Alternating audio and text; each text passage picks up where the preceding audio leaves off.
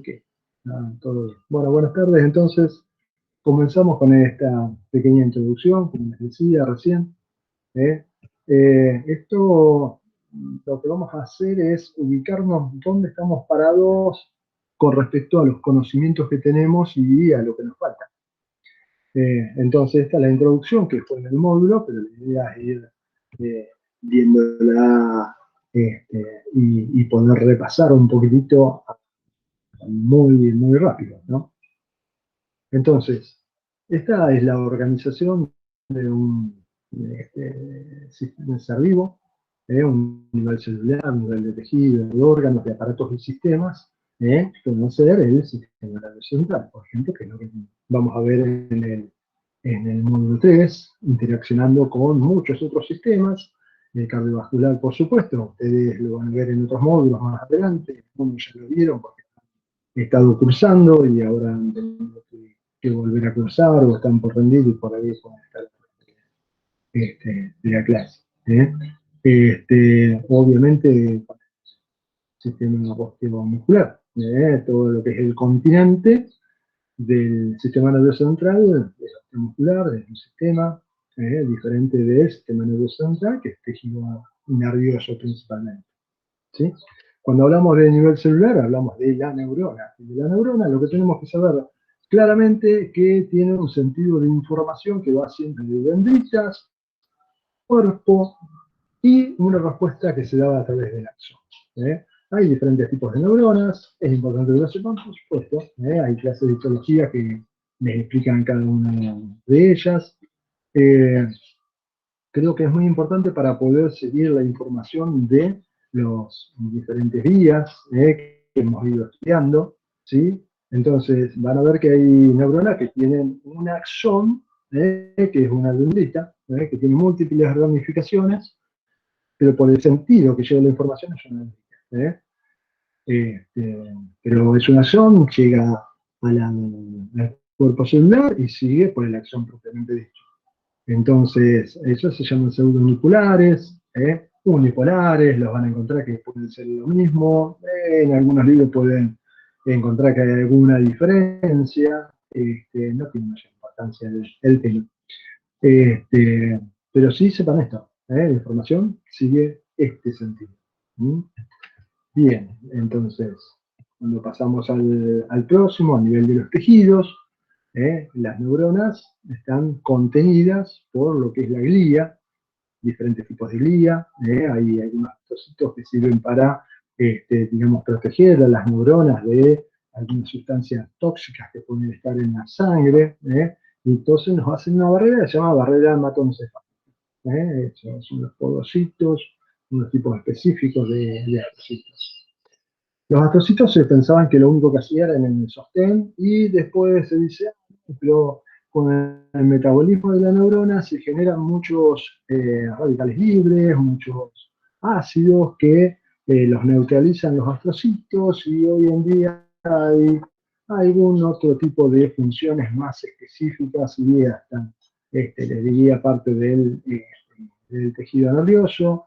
No lo tengo muy claro, sería algo muy específico.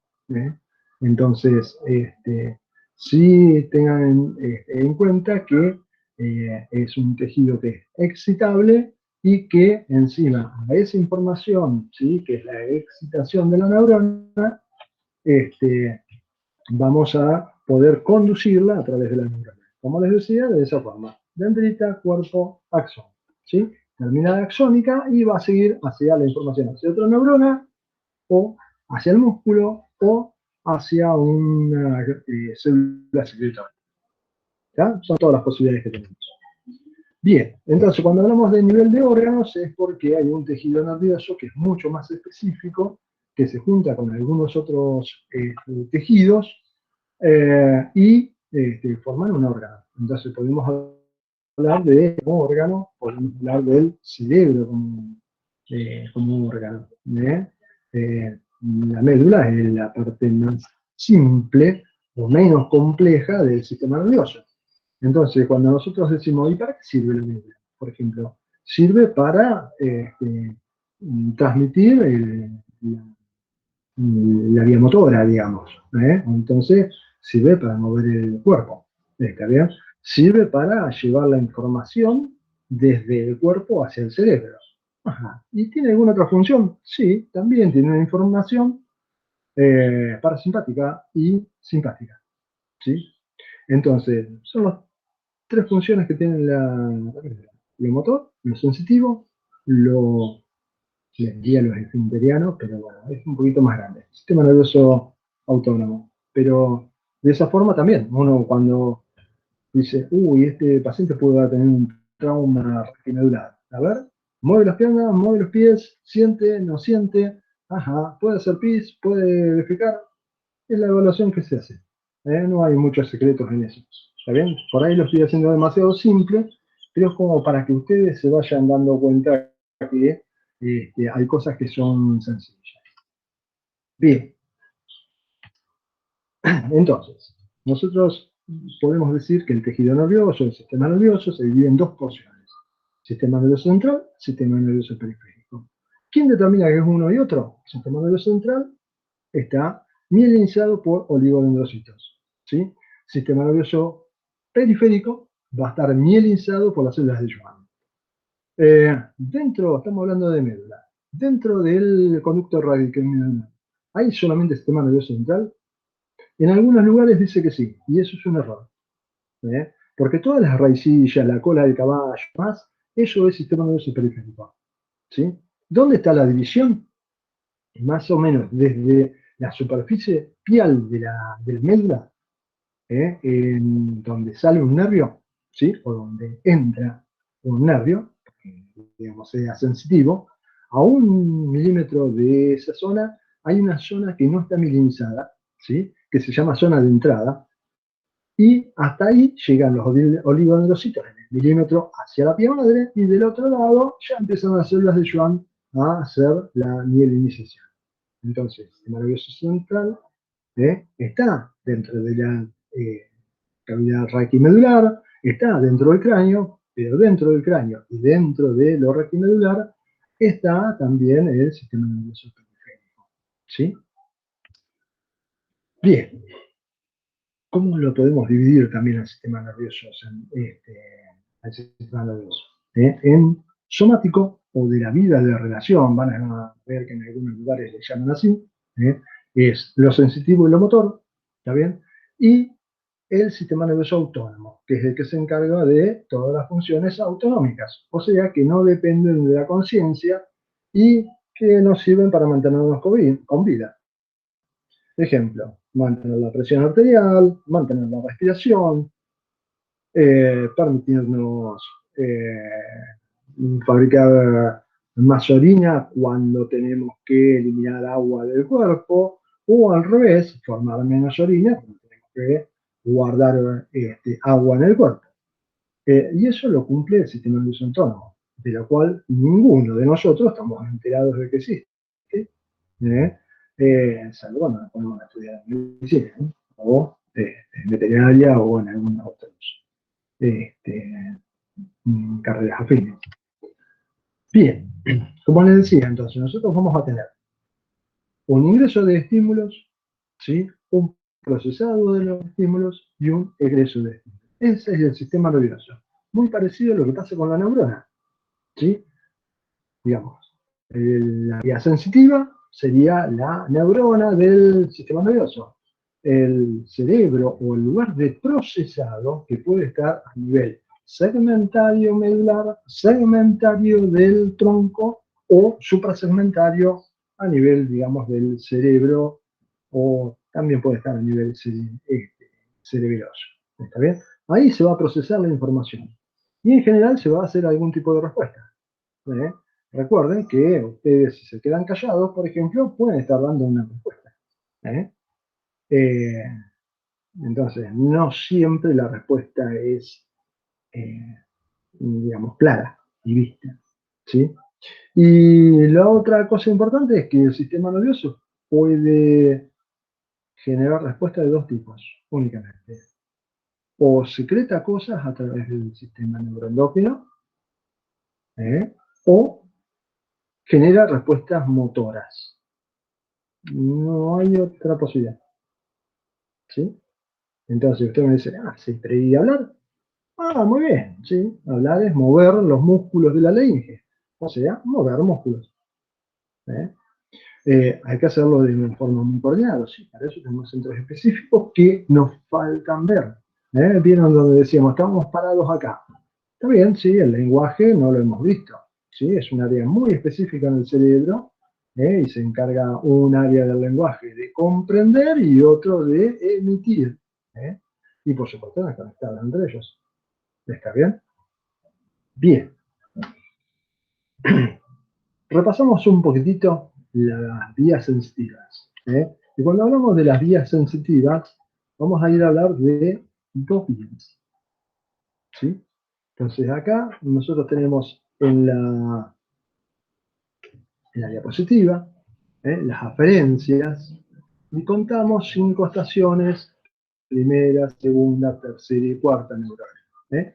La primera estación es la de los receptores. Receptores de dos tipos. Hay unos que son terminaciones dendríticas o axonales libres, y otras que son encapsuladas. Las encapsuladas son un poco más específicas en cuanto a la sensación que van a transmitir. ¿eh? Van a tener algunas sensaciones dolorosas, generalmente terminaciones nerviosas libres, pero algo más específico como el calor o el frío, hay eh, unos receptores muy específicos. Entonces, ustedes fíjense que tienen, ¿sí? El receptor, la primera neurona, la segunda neurona, se cruza de lado la tercera neurona y la cuarta neurona.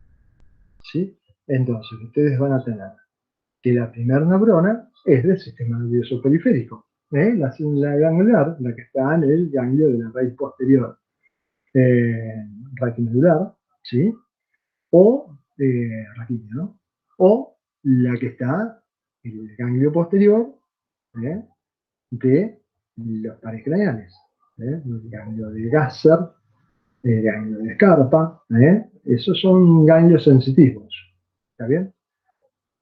La segunda neurona es la que se va a cruzar. Y ustedes saben que tenemos dos tipos de sensibilidades, groseramente hablando. Una que se llama espinotalámica, o superficial, tacto, dolor, y termoalgesia, perdón, y térmica, ¿sí? Y la otra, la profunda, la que se llama lemniscal, digamos, donde cambia es la segunda neurona. Esta segunda neurona la van a tener en la superficial a nivel de la médula, ¿sí? En el asta posterior de la médula. Y se va a cruzar en la médula. ¿Está bien? En cambio, la sensibilidad profunda no se va a cruzar en la médula, se va a cruzar en el bulbo, porque esta segunda neurona está en la médula. ¿Qué quiere decir esto? Que los axones de esta primera neurona van a correr por la médula del mismo lado, ¿sí? En los cordones posteriores. ¿Está bien? Sin cruzarse. ¿Qué quiere decir esto? Que si yo corto la médula, por la mitad, ¿sí? Dejando una asta anterior y una asta posterior exacta, también voy a dejar los cordones intactos. Y por ese cordón va a correr la espirotalámica, pero a la parte cruzada.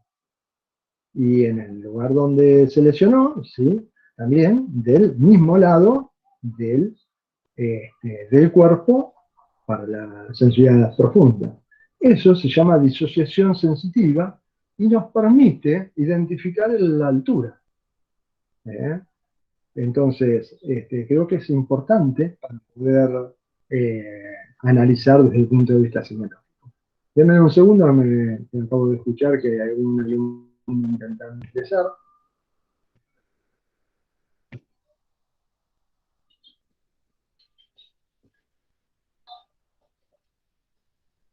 Maricruz García me pregunta si la que se cruza en el bulbo es la sensibilidad profunda. Exactamente, la lemniscal o sensibilidad profunda.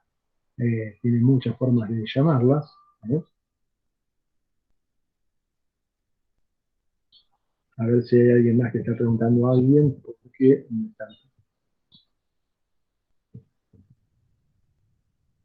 la clase la estamos grabando. Bien. Sí, sí, sí. El tema acabo de permitir ingresar a algunos. ¿Eh? Bien.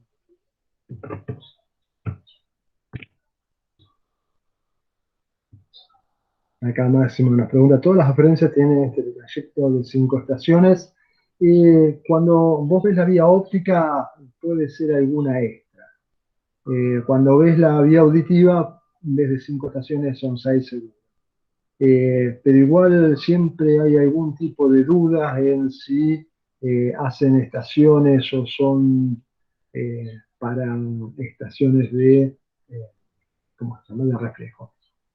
Entonces puede haber alguna que no tenga exactamente las estaciones. Pero la sensibilidad profunda y la sensibilidad superficial obviamente que sí. ¿Eh? Esperen que la base quiere hacer algo.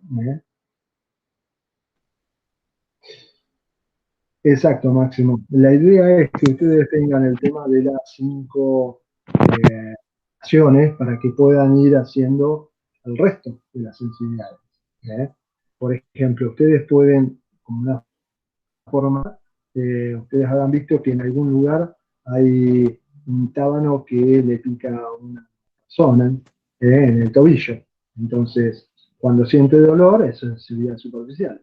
Cuando siente, digamos, la hinchazón, la vibración y demás, es sensibilidad profunda. El hecho de poder Yo miro localizar que por ahí, ¿ves? Bloqueo hay la alguien cámara. hablando, Noelia, Pero ya me soltó ahí, Noelia, ¿ves? Ya Noelia, Noelia, Noelia, Noelia, hola, hola, está por el... Esther. Esther, por el- Esther.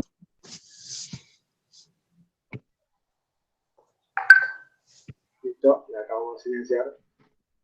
Bueno, chicos, entonces, a ver si nos entendemos de nuevo. Lo que les decía es que puede haber variaciones en algunas. La auditiva estoy casi seguro. La óptica creo que también hay alguna extra. Digamos, creo que hay 2 capas ganglionares. La verdad que la retina tiene 10 capas la retina. Yo no pienso saber las 10 capas. No lo pensaba saber de alumno. No es mi especialidad oftalmología, así que no, chicos, no lo pienso saber. Lo charlan con oftalmología cuando lleguen a ella. Y no sé si vamos a tener una clase sincrónica con una oftalmóloga que nos va a ayudar en la parte anatómica e interpretación de la parte óptica. ¿Eh? Bien, eso lo van a ver en el cronograma. Bueno, seguimos entonces. Eh, bien, entonces, estábamos hablando de esta segunda neurona que se cruzaba, la superficial a nivel de la médula, la profunda a nivel del tronco. Cuando vamos al tronco, y acá el tema de lo cruzado no está tan claro. Eh, Cuando ustedes, por ejemplo, se tocan una cara, una en mi cara, por ejemplo, yo me estoy rascando abajo del ojo, por debajo de mis anteojos, ¿sí? Me estoy tocando la cara. La sensibilidad llega al lado contrario, ¿sí? Ahora, si yo, por ejemplo, empiezo a pasarme la mano, lo estoy haciendo para que me vean, pero yo estoy orientándome, voy bordeando el anteojo, ¿sí? Me subo a la nariz, paso la línea media, voy en otro en mi nariz y estoy por debajo del lado izquierdo. Lo del lado izquierdo, ¿sí? Lo recibió el hemisferio cerebral derecho, me toqué del lado derecho, lo recibió el hemisferio izquierdo. ¿Está bien? Ahora, cuando uno se acerca a la línea media, la cosa no es tan sencilla. Si ustedes, por una casualidad, porque realmente es extremadamente raro que se afecte la parte sensitiva de un solo lado de la cara, por supuesto, es raro, y ustedes si lo revisan, ese paciente en general no tiene la, la pérdida en la línea media. Generalmente está a 1 centímetro del otro lado o algo así. Cuando es exactamente en la línea media, es como que es un indicio a pensar que el problema que le están manifestando al paciente no es tan estructural, ¿eh? Sino que puede estar fabricado por el cerebro del paciente, digamos, pero la parte que estamos viendo con ABP, ¿sí? La parte de nuestro cerebro que se relaciona con nuestra salud. ¿Está bien? Bien, entonces, dejemos claro que los hemisferios cerebrales, digamos, sienten el lado contralateral del cuerpo. ¿Eh? Y para los pares craneales, bien clarito esto es así. ¿Sí? La tercera neurona siempre está en el tálamo. Hemos repetido hasta el cansancio, hasta hace unos años, que la única información sensitiva, en este caso sensorial, que no pasa por el tálamo es el olfato. Bueno, aparentemente ahora hay algún conocimiento de que también el olfato estaría representado en el tálamo. Les digo así, estaría y demás, porque la verdad que no cambia demasiado. ¿Eh? Es más, nos acordaron para una de las preguntas que siempre hacíamos en los exámenes, ¿no? Ahora ni siquiera podemos preguntar eso. Vale, listo. La cuarta neurona está a nivel del cerebro. ¿Está bien? Es nuestro cerebro y ahí se hace consciente. También van a ver, en algunos lugares lo van a leer, que a nivel del tálamo, tálamo y cerebro son las cosas que tal vez algunas vimos, pero todavía nos falta algún poquitito. Lo que nos queda bien por ver es todo el resto del cerebro, en lo que es telencefálico. Pero van a ver que el tálamo, ¿sí? Tiene algunas zonas que se puede hacer consciente. Es más, una de las preguntas de mi final de anatomía tuvo que ver con eso. Que por ejemplo, eh, la sensibilidad analgésica, o sea, la del dolor, no llega a la cuarta neurona, queda en el tálamo. Y usted se hace consciente de su dolor a nivel talámico. ¿Está bien?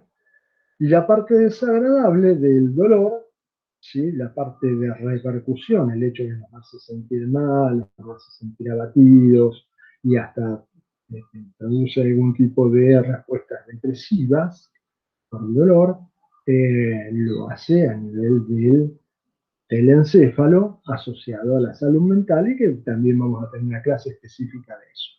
¿Está bien?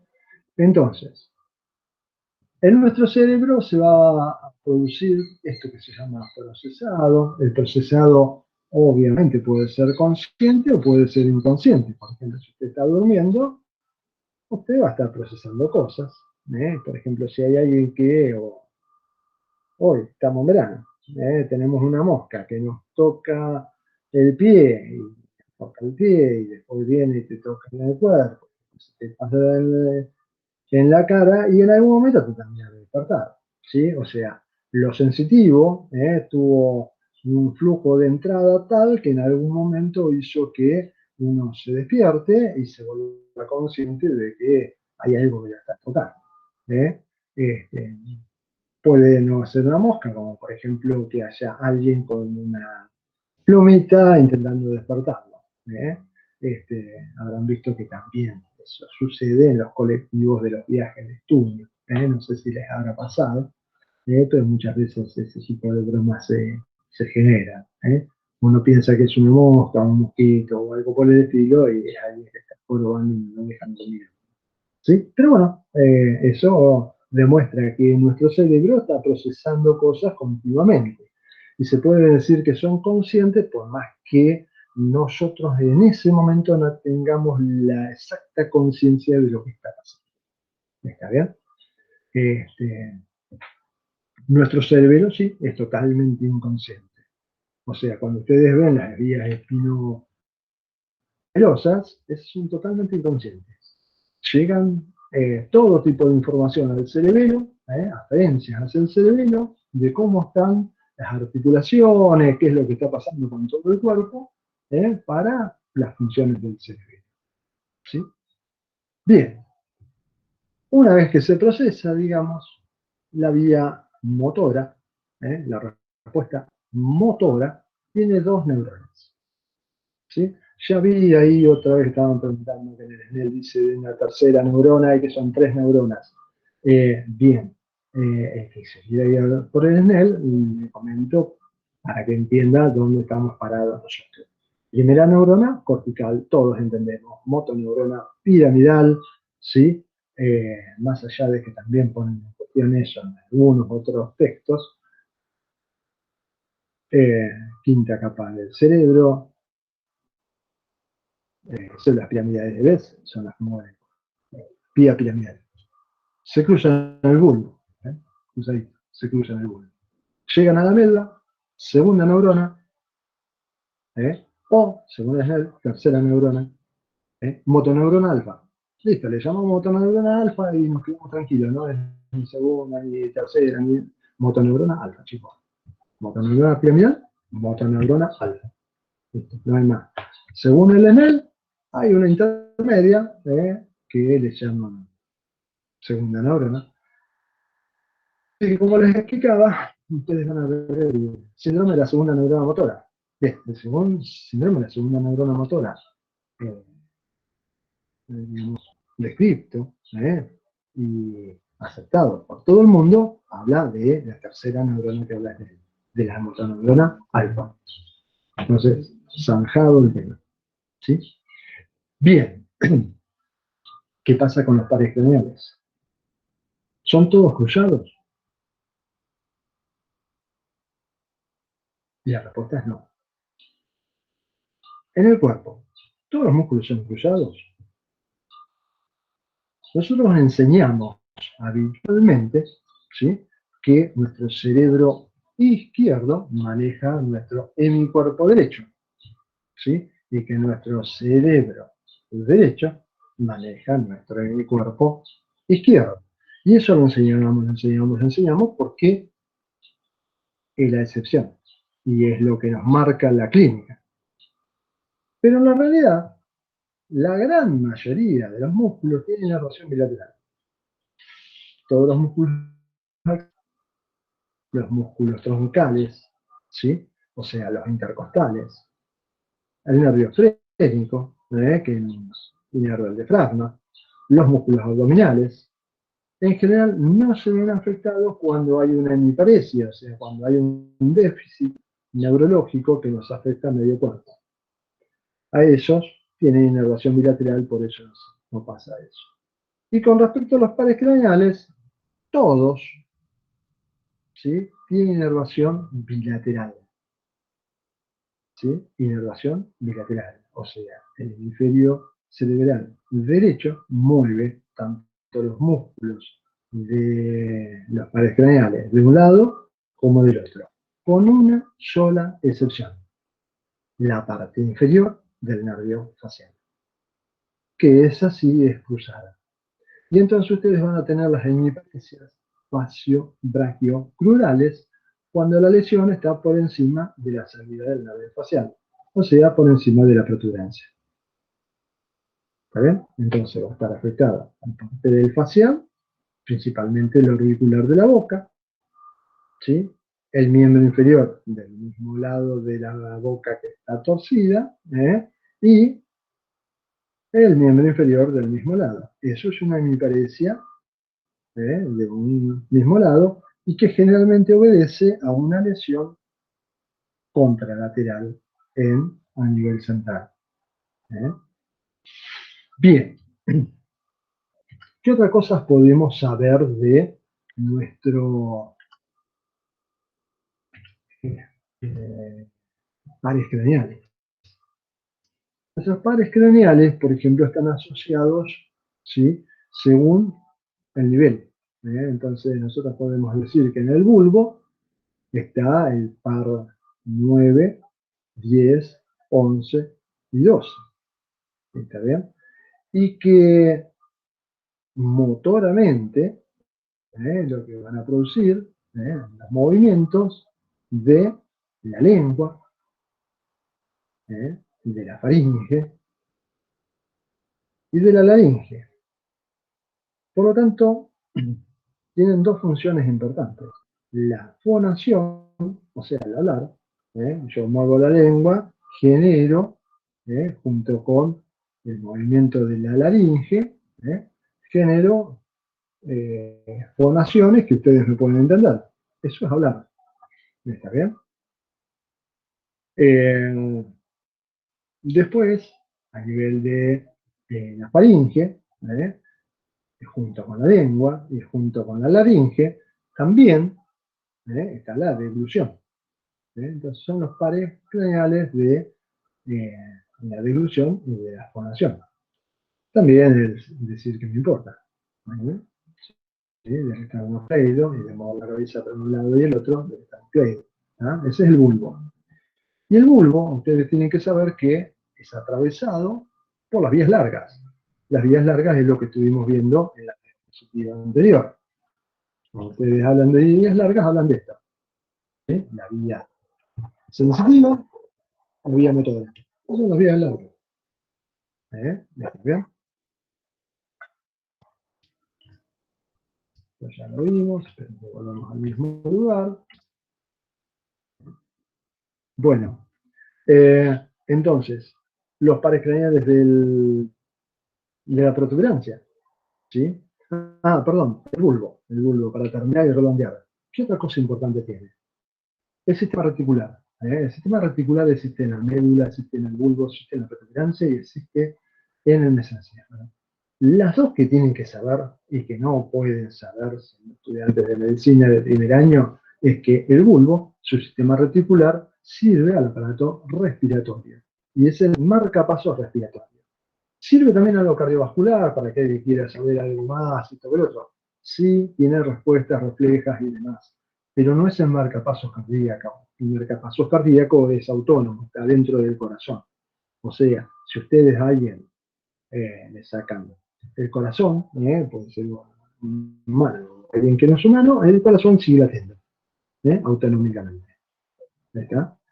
En cambio, si ustedes le sacan el bulbo a una persona, ¿sí? No va a poder seguir latiendo. Y para que sepan, quiera saber cosas más específicas, ¿sí? A nivel de la médula cervical alta, también está la parte respiratoria. ¿Y esto con qué lo podemos relacionar? Por ejemplo, cuando alguien se desnuca, cuando alguien se cae de espaldas o tiene un trauma raquimedular alto, ¿sí? De alguna manera, o alguna persona que hace algún tipo de lesiones tipo ahorcamiento, en general lo que hace es romperse la parte alta de la columna cervical, se rompe el bulbo o la médula alta y produce un paro respiratorio. Entonces, se termina nuestra vida cuando pasa eso. Bien, a nivel de la protuberancia, lo que les decía, también van a pasar hacia arriba todo lo que sea sensitivo, hacia abajo todo lo que es motor, va a estar relacionado también con el cerebelo, al igual que el bulbo, ¿sí? Y van a tener dos pares craneales clásicos importantes. El séptimo, que como dijimos tiene esa connotación importante de ser el único que está dividido en que la parte inferior, o sea, la parte que va a movilizar el orbicular de los labios, tiene inervación solamente contralateral. Y el resto del nervio facial, como todo el resto de los pares craneales, tiene inervación bilateral, predominantemente bilateral. En la protuberancia también está el sexto par. Sí, pero el sexto par tiene que ver más con el tercero y cuarto, que es para pensar el mesencéfalo, y entre ellos se lo llama como oculomotores. ¿Sí? ¿Qué otra cosa tenemos que saber del tronco? Que está el sistema nervioso autónomo. Eso también lo estuvimos viendo. ¿Sí? Y que en el tronco encefálico, todo el sistema nervioso autónomo que exista ¿sí? Es parasimpático. El tercer par, principalmente para inervar la pupila. Por supuesto, hay otras cosas que funcionan y que hacen. El séptimo par, principalmente para producir la parte de salivación, de lacrimación y de secreción nasal, mucosa. Y el noveno par, principalmente para producir saliva en la parótida. Así globalmente como para.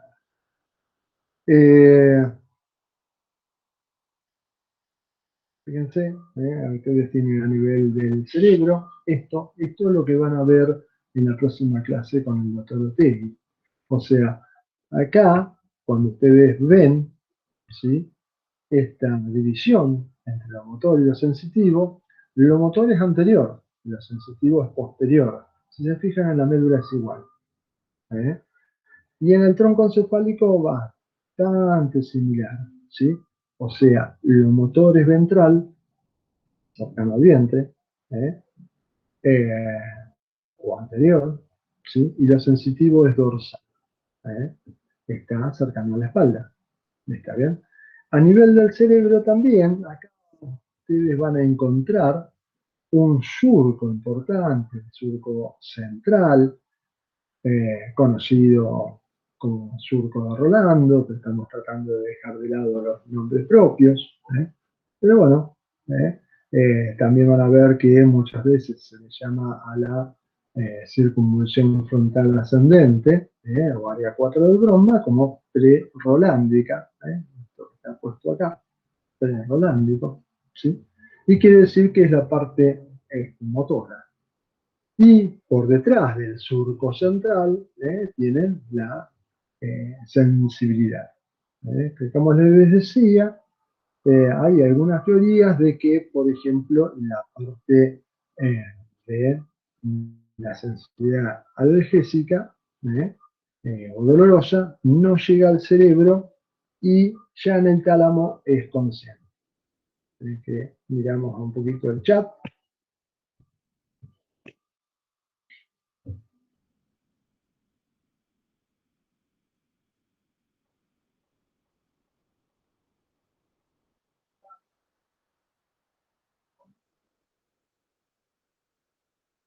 No, a ver, Emanuel me está haciendo una pregunta muy interesante de esto de la inervación bilateral de los músculos. La inervación bilateral de los músculos obedece al cerebro, a las motoneuronas. Cerebro a motoneuronas. No es que desde las astas anteriores tiene inervación hacia los dos lados del cuerpo. Salen hacia un solo lado. Por ejemplo, cuando ustedes estudien, por ejemplo, lesiones de los pares craneales, cuando tienen de un solo lado la lesión del par craneal, quiere decir que es del sistema nervioso periférico. ¿Sí? Por eso les digo, hay muchísimas cosas que ustedes la van a estudiar en la clínica neurológica. Hoy en día, la doctora Labat le ha ido trayendo algunas clases explicándoles, por ejemplo, cómo hacemos para evaluar la parte motora, cómo hacemos para la parte sensitiva. Y en general ustedes lo que tienen que conocer es el hecho de, hay una prueba que se llama prueba de Gaudet, que es poner los dos brazos extendidos hacia adelante, con las palmas mirando hacia el techo, digamos, y mantenerlos contra la gravedad. Eso, si ustedes quieren, también lo pueden sensibilizar o poniéndole algún peso. Los militares sabían de eso cuando hacían de alguna manera algún tipo de castigo, nomás es mantener el fusil en esa posición arriba y digo que el primer minuto lastiman bien y después les empieza a temblar hasta los pelitos del oído. Bueno, es una forma de, digamos, de poder entender cómo uno evalúa la parte motora. Cuando los miembros inferiores, que se llaman Migassini, y uno lo que hace es poner la cadera con la paciente acostado a unos 120 grados, ¿sí? Y la rodilla flexionada, estando paralela a la camilla, pero a unos 30-40 centímetros de la misma, ¿sí? Se hace que la otra pierna la ponga igual el paciente y después se la suelta, la mantenga contra gravedad, que no caiga en contra de la camilla. De esa manera ustedes están viendo la parte motora. Eso es lo más sencillo. Después uno puede ir en un grupo muscular por grupo muscular que tiene alguna otra connotación cuando estamos evaluando, digamos. Cuando ustedes están viendo específicamente el sistema nervioso periférico o un nivel especial que uno quiere saber qué grupo puede estar afectado. Bien, y en cuanto a lo sensitivo, por ejemplo, todo lo que sea sensibilidad superficial, es toco y pincho, por ejemplo. ¿Sí? Si toco es el tacto, y si pincho es el dolor. ¿Está bien? Cuando quiero agregar algo más, tengo la sensibilidad termoalgésica, tubito a 44 grados, tubito a 15 grados, y uno es frío y el otro es caliente y lo puede reconocer el paciente. ¿Está bien? Y la parte de la sensibilidad profunda, por ejemplo, el reconocer un dedo, ¿sí? Lo que se llama la náusea, el hecho de quedar separado con los pies juntos, eso se llama prueba de Romberg, y con eso uno evalúa la sensibilidad. Por ejemplo, la sensibilidad profunda, ustedes lo que les permiten es mantenerlo parado con los ojos cerrados. El hecho de saber dónde están los pies, el hecho de poder expresar eso, no le permite estar parado con los ojos cerrados. Esos pacientes generalmente tienen una marcha muy característica que van chocando al piso porque no tienen la sensibilidad profunda. Entonces, como que no sienten el piso y lo golpean de alguna manera poder caminar. Acá me dice Pilar que alguien quiere entrar, pero en este caso, la última que le di entrada, no estaba. Alguien más que podrá llegar.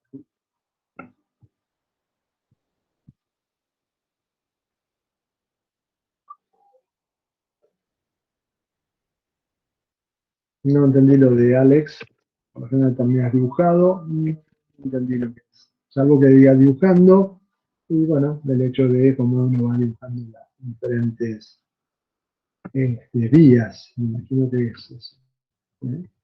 Bueno, vamos dándole un cierre a la clase.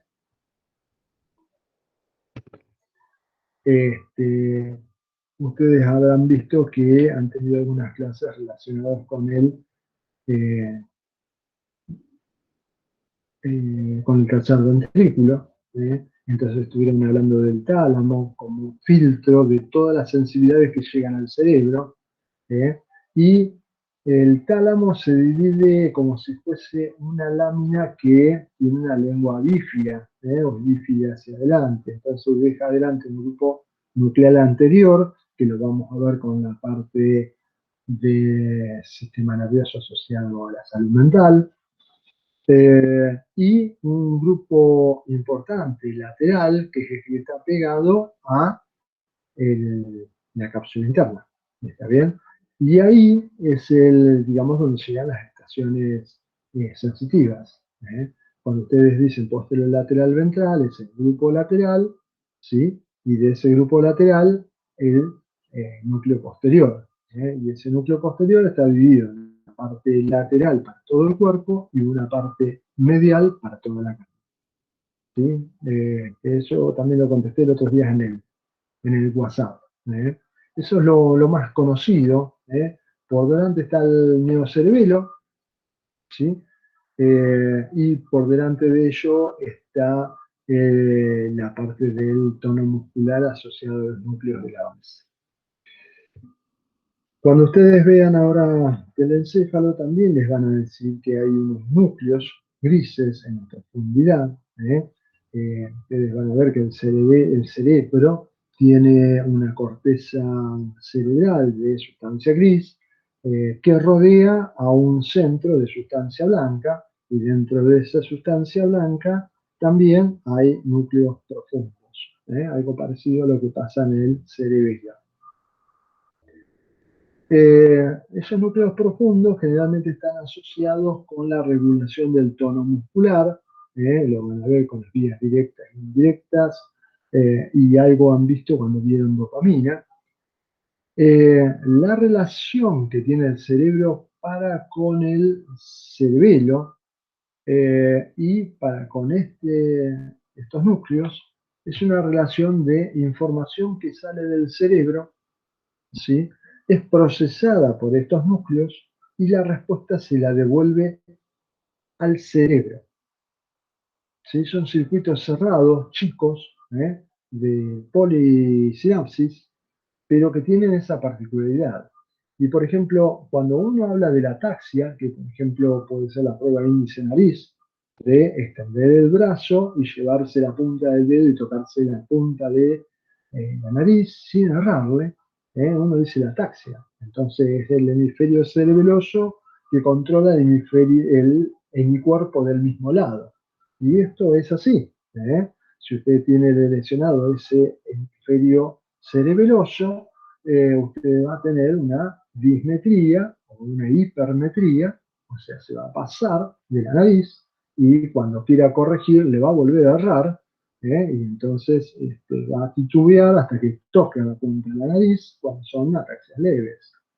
Eso es una incoordinación motora, pero la realidad es que el cerebelo no tiene ninguna conexión con el hemicuerpo correspondiente para hacer la coordinación esta que estamos hablando, sino que la coordinación del hemisferio cerebeloso depende de cerebro, protuberancia, se cruza al hemisferio cerebeloso contralateral, este hemisferio cerebeloso contralateral, en relación con los núcleos del mismo lado, profundos del cerebelo, las va a mandar al tálamo contralateral y va a ir al hemisferio contralateral.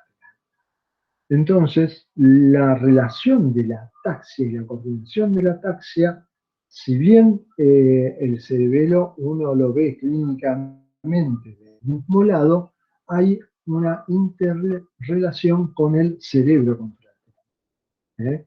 Digamos, cuando ustedes tienen un problema en el hemisferio cerebeloso, digamos, ese hemisferio cerebeloso le informa mal al cerebro contralateral y el hemisferio contralateral no puede controlar bien los movimientos motores del hemicuerpo del mismo lado del hemisferio contralateral al cerebro. Esto puede haber parecido un trabalenguas, pero creo que me salió bastante bien. Y estos están todos núcleos asociados a la parte ventral del grupo lateral. O sea que también hay una parte dorsal del grupo lateral que la verdad que no tiene demasiado especificidad. Si ustedes miran el libro Snell, miran Wikipedia o miran lo que...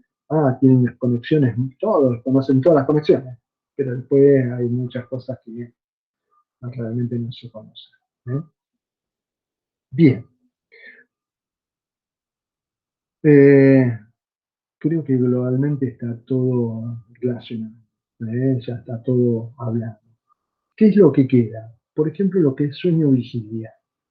Sistema reticular del mesencéfalo. Tiene muchísima relación con el núcleos hipotalámicos. Hay uno que se llama el núcleo supraquiasmático. La glándula pineal, que tiene muchísimo que ver con la somnolencia, el dormir. Y eso lo vamos a ir viendo más adelante, algo que todavía está pendiente. El tercer, digamos, la zona del tercer ventrículo, el hipotálamo, tiene muchas funciones que son digamos, de búsqueda de comida, ¿sí? O de saciedad, o de sed, o de rechazo del agua. Incluido después otros, como por ejemplo, desear adivinar o algunos otros conductas vegetativas.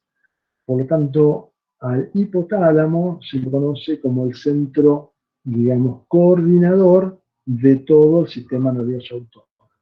De alguna manera, uno podría decir que hay una neurona cero del sistema nervioso autónomo que estaría en el hipotálamo y que tiene conexiones con lo que hablamos hace un ratito de los núcleos parasimpáticos del tronco, como con los núcleos de la hasta intermedia de la médula a nivel simpático. Y el fascículo longitudinal medial a nivel del mesencéfalo es el que lleva la información, y la información simpática después se hace bastante más lateral en el bulbo, que es otra cosa que ustedes pueden agregar cuando tienen estudio el bulbo. O por ahí en algún lugar lo van a encontrar. Y que maneja la parte del simpático. Es la conexión desde el hipotálamo con la parte simpática a nivel de la médula torácica y lumbar. Como recordarán, en el cono medular, los segmentos sacros 2, 3 y 4 tienen parasimpáticos, y que se dedican principalmente a todo lo que es esfínterial. Hacer pipí, hacer popó, ¿sí? Y a todo lo relacionado con lo sexual. En lo sexual también interviene lo simpático. Lo estudiarán mucho más adelante, 5, no sé en este momento. Creo que tengo bastante visto todo. Cuando hablamos de neurofarmacología, por ejemplo, cada esto, generalmente vemos la neurofisiología. Por ejemplo, y al dolor, ustedes siguen estos mismos 5 pasos y analizan cómo pueden actuar. El receptor periférico, a nivel de la médula, a nivel de receptores más centrales, y bueno, y cómo se puede trabajar también suprasegmentario a nivel de, digamos, de la modulación de lo que repercute el dolor en la persona. Bien, y creo que se nos van terminando los temas. Creo que le dimos un buen pantallazo a todo esto. Esto que les estoy mostrando ahora es alguna vez, digamos, la mayoría de las veces los currículos tienen algunas cosas que van por años, ¿sí? Y algunos ejes que cruzan todos los años, y si se ponen a pensar el sistema nervioso central tiene a disposición. Tienen niveles segmentarios, ¿sí? Y tienen vías largas que las atraviesan, tanto lo motor, lo sensitivo como autonómico. Bien, si tienen alguna duda, chicos, revisamos el chat. Ah, muy bien. A ver, Camila me pone acá algunas palabras, todos lo están viendo. Cuando se habla de sensorio, se habla de conciencia. Se habla de, digamos, la conciencia sería más un concepto del sistema nervioso central asociado a la salud mental, digamos, al tener conciencia, ¿sí? Y en cambio, cuando hablamos de sensorio, es el despertar, la vigilia. Eso muchos se van a, digamos, ustedes, por ejemplo, cuando yo les divido lo que es sensitivo de lo que es sensorial. Cuando hablamos de los 5 sentidos, la vista, el olfato, el oído, el gusto, se les dice sensoriales, órganos sensoriales. Y todo lo que es tacto, que ya vieron que son muchas más sensaciones que uno puede percibir, a eso se le llama sensitivo. Este juego de palabras por ahí hace que lo que es sensorial sea no tan interpretado con esto que es el sensorio. Pero al sensorio se le llama al despertar del paciente, sería un sinónimo de vigilia. Cuando se habla de deterioro del sensorio, es que el paciente no se puede despertar bien. ¿Eh? Y el extremo es el coma. ¿Sí? Por eso cuando hablan de sistemas sensoriales son esto que yo les decía. La vista, el olfato y este tipo de cosas. No tiene nada que ver con el sensorio, que sería el sistema reticular activador ascendente del mesencéfalo que pasa por el centro mediano del tálamo y se divide en pánico, despertando a todo el sistema. ¿Está bien? ¿Alguna otra pregunta, chicos? ¿Alguno que quiera abrir el micrófono y hacer alguna pregunta más? Por ejemplo, Mayra, que veo que tiene el micrófono abierto, podría hacerlo.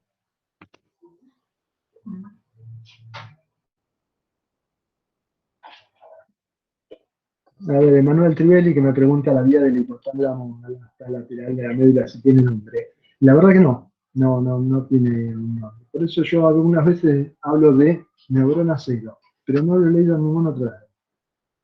Sí, cuando leen el fascículo longitudinal medio, está descrito de hace años. Cuando ustedes hablan del sistema nervioso autónomo, les hablan de les hablan de una primera neurona del sistema nervioso central, ¿sí? Y una segunda neurona que está en el sistema nervioso autónomo. Ese es el sistema nervioso autónomo. Pero en realidad hay una conexión siempre con el hipotálamo. Esa neurona, o axón, o vía, o lo que sea, no tiene un nombre específico. Va por el fascículo longitudinal medial a nivel del mesencéfalo, y se hace bastante lateral en el bulbo. Por eso cuando ustedes estudien alguna vez un síndrome que se llama de Wallenberg, que generalmente no afecta a la parte motora, sino a la parte sensitiva, tiene afectado el simpático del bulbo, esa parte lateral, fascículo bulbar lateral o algo por el estilo, que lleva la información simpática. Y, por ejemplo, si ustedes afectan el simpático, lo que van a tener es un ojo con miosis, porque va a predominar el tono del tercer par y el simpático va a estar afectado. ¿Sí? Por eso. ¿Alguien más, chicos? ¿Alguna otra pregunta? Si no, ya damos por finalizado.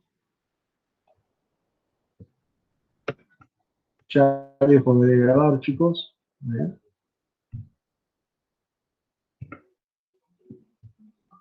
Ahí tenemos la grabación.